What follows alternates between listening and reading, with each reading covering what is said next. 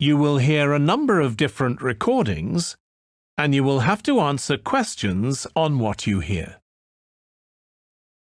There will be time for you to read the instructions and questions, and you will have a chance to check your work.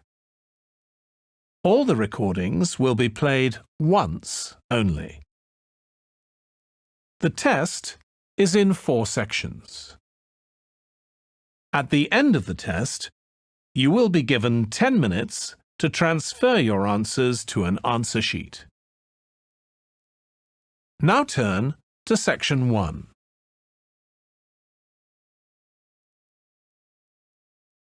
Section 1. You will hear a man inquiring in a tourist centre about activities suitable for families. First, you have some time to look at questions 1 to 4.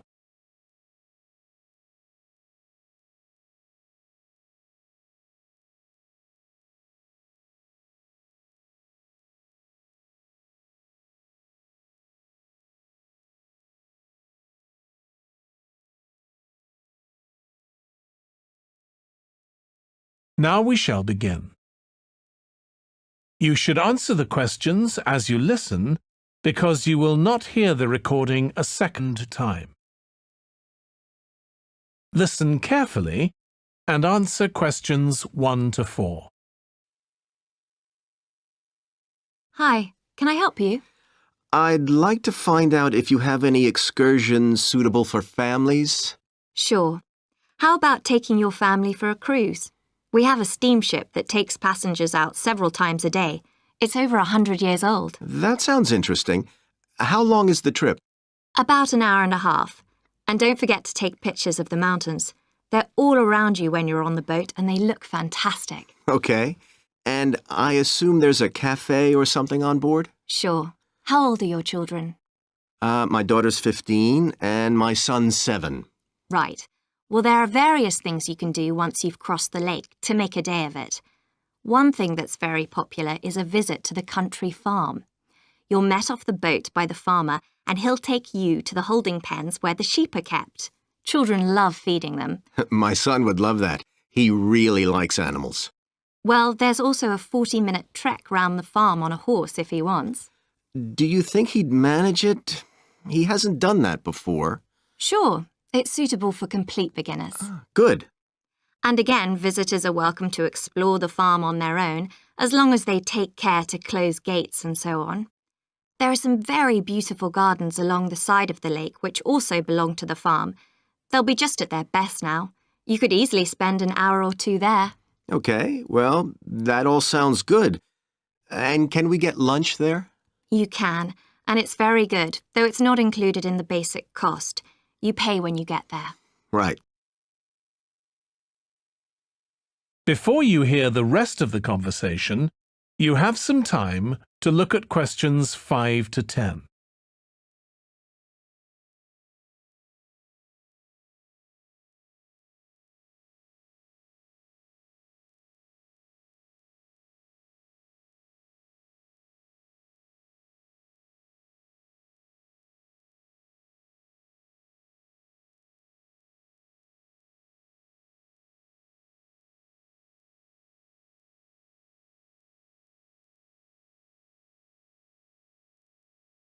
Now listen and answer questions 5 to 10.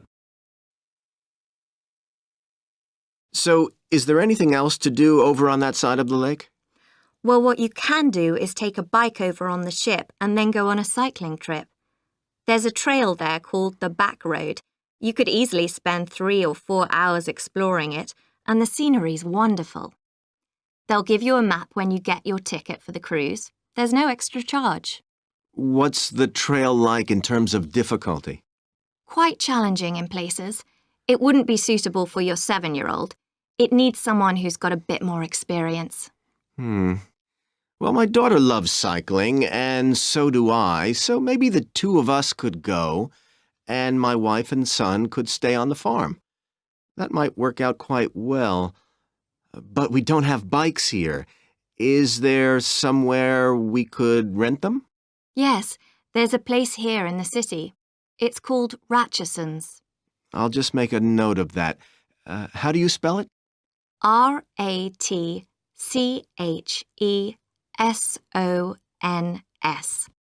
It's just by the cruise ship terminal. Okay. You'd also need to pick up a repair kit for the bike from there to take along with you, and you'd need to take along a snack and some water. It'd be best to get those in the city. Fine. That shouldn't be a problem. And I assume I can rent a helmet from the bike place. Sure, you should definitely get that. It's a great ride, but you want to be well prepared because it's very remote. You won't see any shops round there or anywhere to stay, so you need to get back in time for the last boat. Yeah. So what sort of prices are we looking at here? Let's see. That'd be 1 adult and 1 child for the cruise with farm tour. That's $117, and an adult and a child for the cruise only, so that's $214 altogether. Oh, wait a minute. How old did you say your daughter was? 15. Then I'm afraid it's $267 because she has to pay the adult fare, which is $75, instead of the child fare, which is $22. Sorry about that. That's okay. So how do we find out? That is the end of section 1. You now have half a minute to check your answers.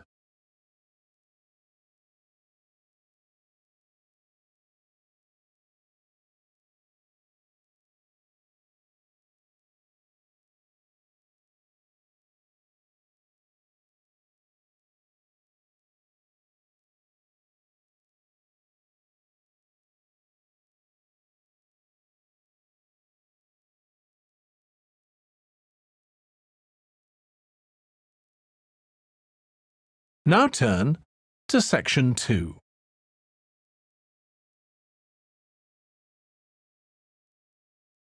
Section 2.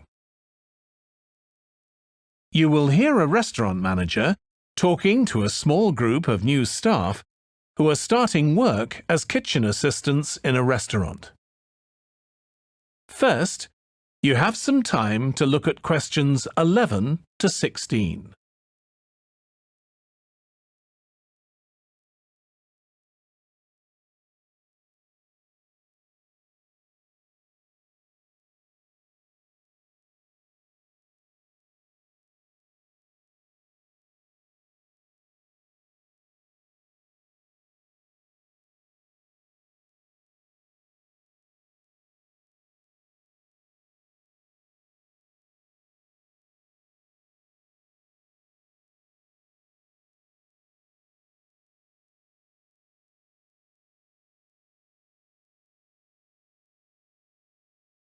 Now listen carefully and answer questions 11 to 16.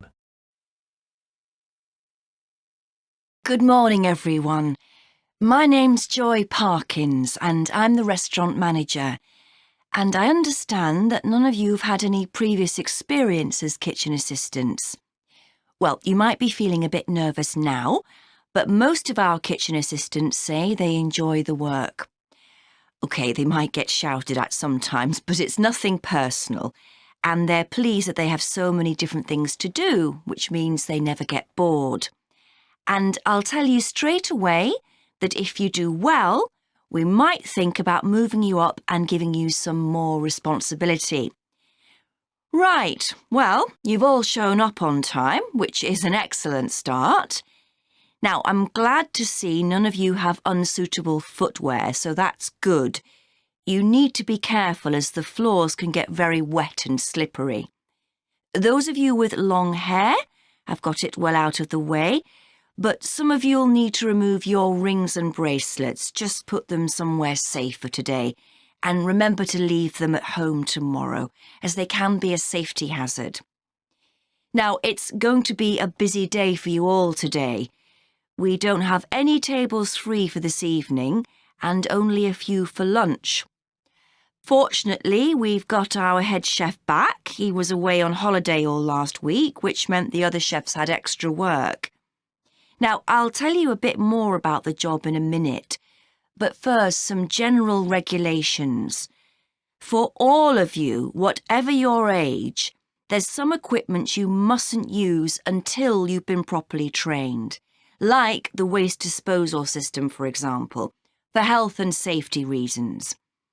Then I think there are 2 of you here who are under 18. That's Emma and Jake, isn't it?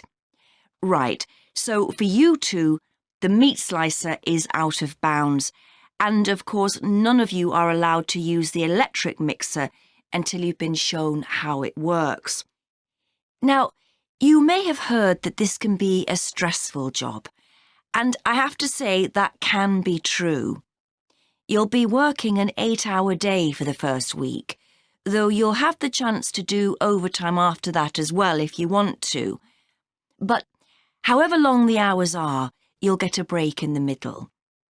What you will find is that you're on your feet all day long, lifting and carrying. So, if you're not fit now, you soon will be. You'll find you don't have much chance to take it easy. When someone tells you to do something, you need to do it straight away. But at least we do have a very efficient air conditioning system compared with some kitchens. Before you hear the rest of the talk, you have some time to look at questions 17 to 20.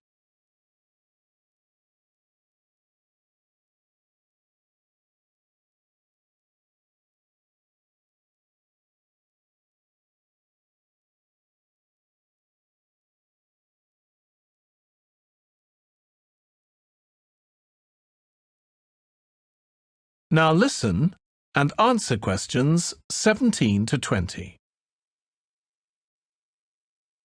Now, let me tell you about some of the people you need to know. So, as I said, I'm Joy Parkins, and I decide who does what during the day and how long they work for. I'll be trying to get you to work with as many different people in the kitchen as possible, so that you learn while you're on the job. One person whose name you must remember is David Field. If you injure yourself at all, even if it's really minor, you must report to him, and he'll make sure the incident is recorded and you get the appropriate treatment. He's trained to give basic treatment to staff himself, or he'll send you off somewhere else if necessary. Then there's Dexter Wills. He's the person you need to see if you smash a plate or something like that. Don't just leave it and hope no one will notice. It's really important to get things noted and replaced, or there could be problems later. And finally, there's Mike Smith. He's the member of staff who takes care of all the stores of perishables. So, if you notice we're getting low in flour or sugar or something, make sure you let him know so he can put in an order. OK, now the next thing we need to cover. That is the end of section 2. You now have half a minute to check your answers.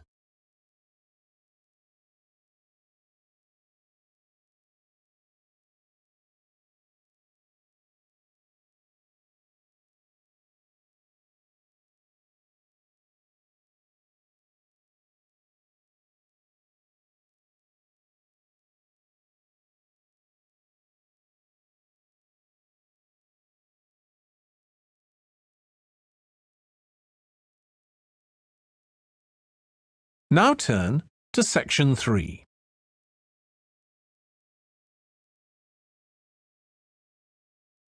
Section 3. You will hear 2 students called Trudy and Stuart, who are both studying to be librarians, discussing a paper that they are going to write together. First, you have some time to look at questions 21 to 23.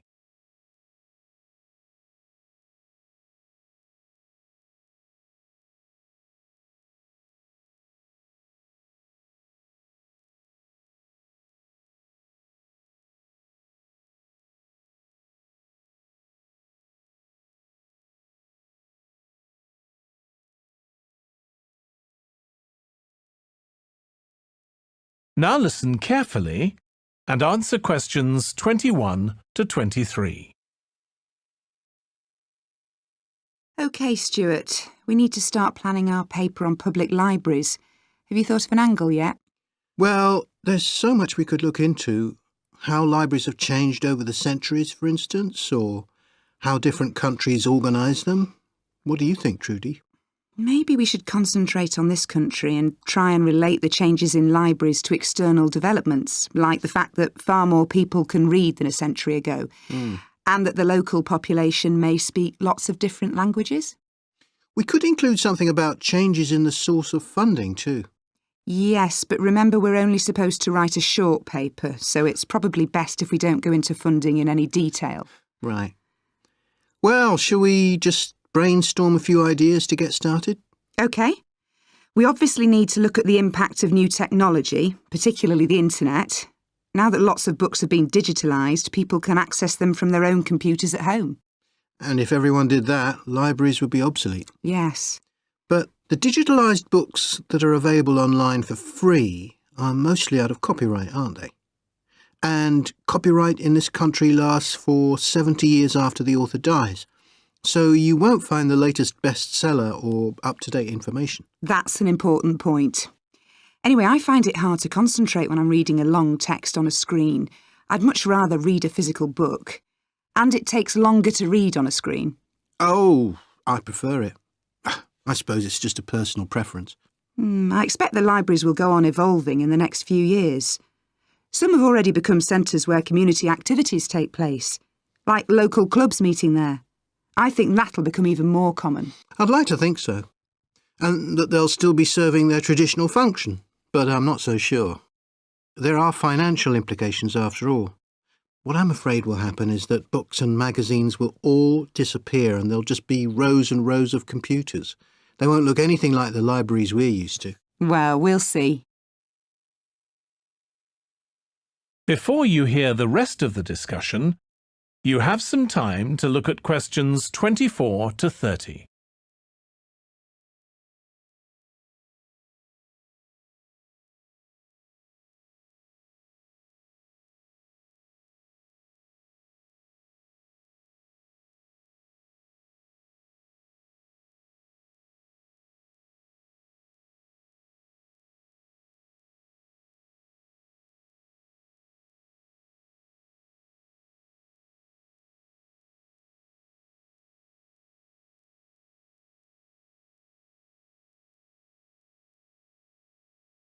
Now listen and answer questions 24 to 30. I've just had an idea. Why don't we make an in-depth study of our local public library as background to our paper? Yes, that'd be interesting, and raise all sorts of issues. Let's make a list of possible things we could ask about, then work out some sort of structure. For instance, we could interview some of the staff and find out whether the library has its own budget or if that's controlled by the local council. And what their policies are. I know they don't allow food, but I'd love to find out what types of noise they ban. There always seems to be a lot of talking, but never music. I don't know if that's a policy or it just happens. I've often wondered. Then there are things like how the library is affected by employment laws. I suppose there are rules about working hours, facilities for staff and so on. Right. Then there are other issues relating to the design of the building and how customers use it, like what measures does the library take to ensure their safety? They'd need floor coverings that aren't slippery, and emergency exits, for instance. Oh, and another thing, there's the question of the kind of insurance the library needs to have, in case anyone gets injured. Yes, that's something else to find out. You know something I've often wondered? What's that? Well, you know they've got an archive of local newspapers going back years. Well, next to it, they've got the diary of a well-known politician from the late 19th century. I wonder why it's there. Do you know what his connection was with this area? No idea. Let's add it to our list of things to find out. Oh, I've just thought.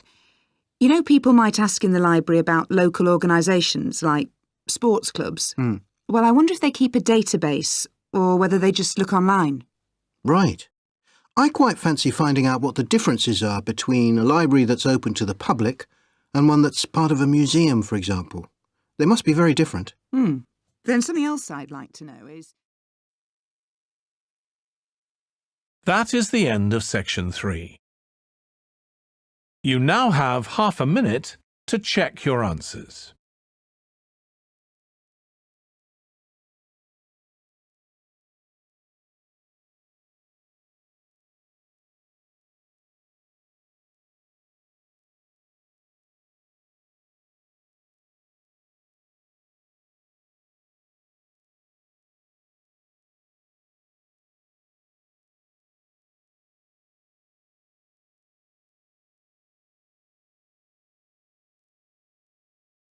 Now turn to section 4.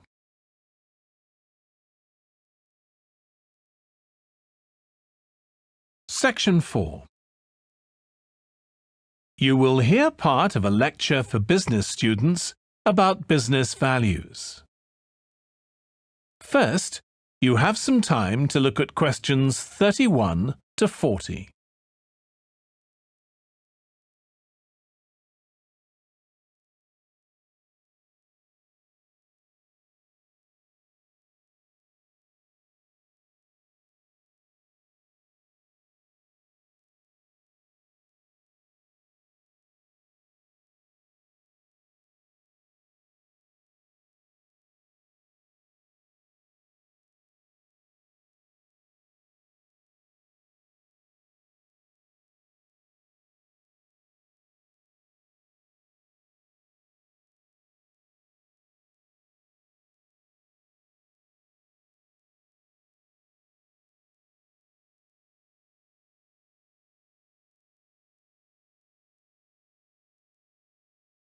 Now listen carefully and answer questions 31 to 40.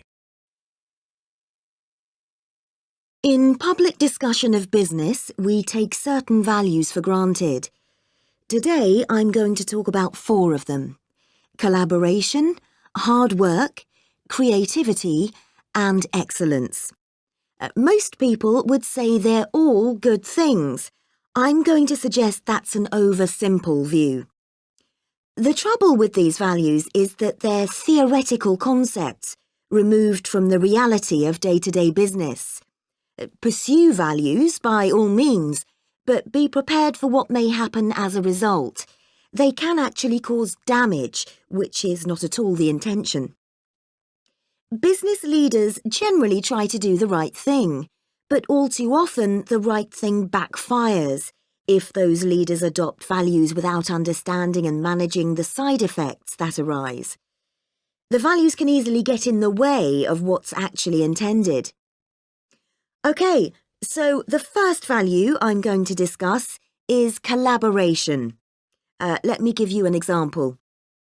On a management training course I once attended, we were put into groups and had to construct a bridge across a stream, using building blocks that we were given. The rule was that everyone in the team had to move at least one building block during the construction. This was intended to encourage teamwork.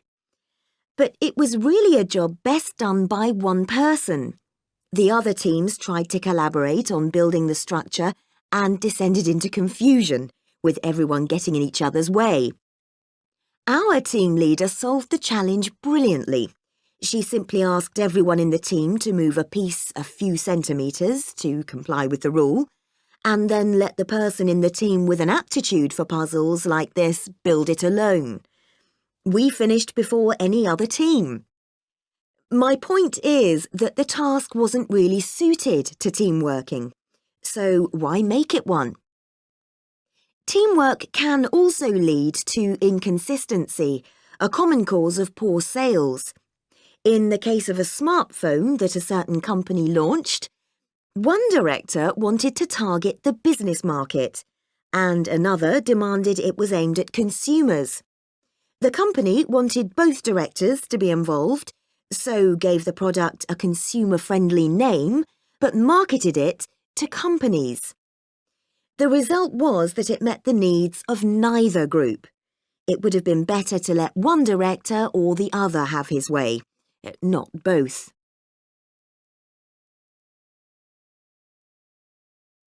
Now, industriousness, or hard work.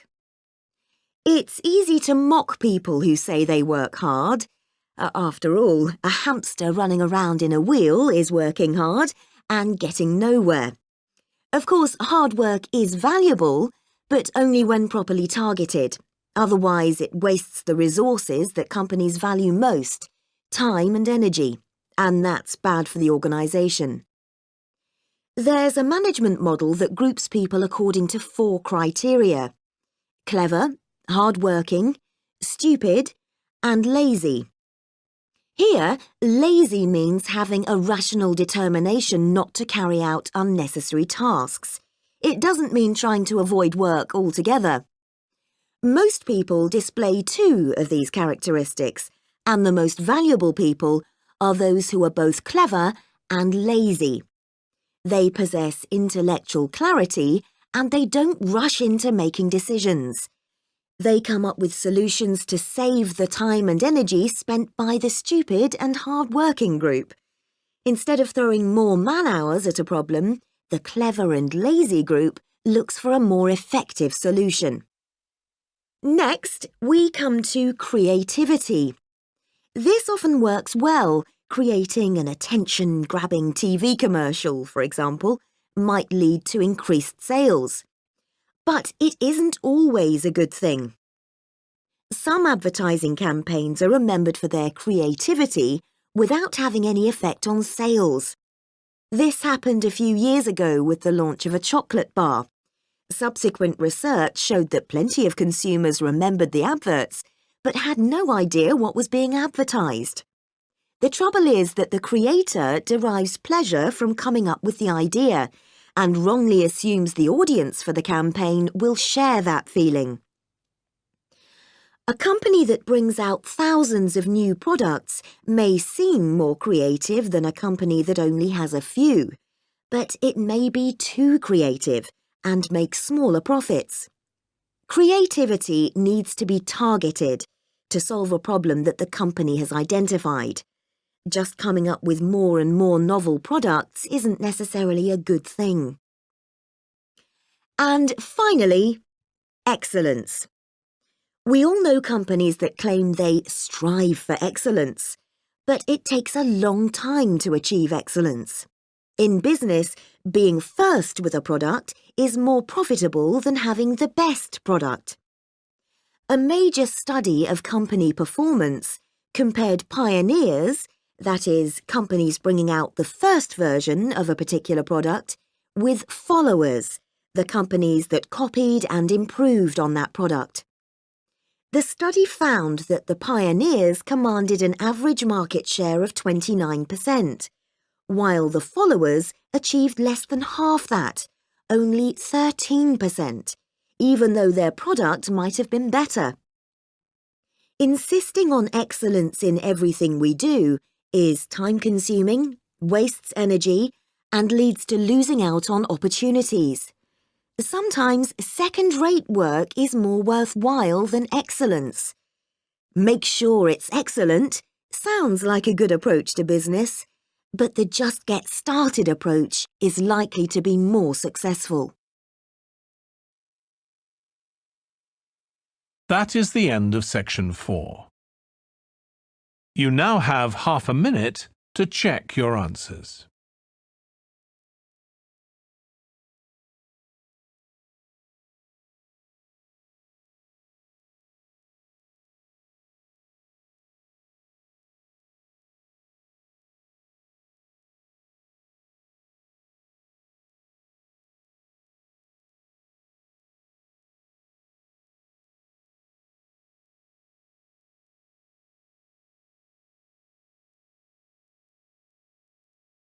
That is the end of the listening test. In the IELTS test, you would now have 10 minutes to transfer your answers to the answer sheet.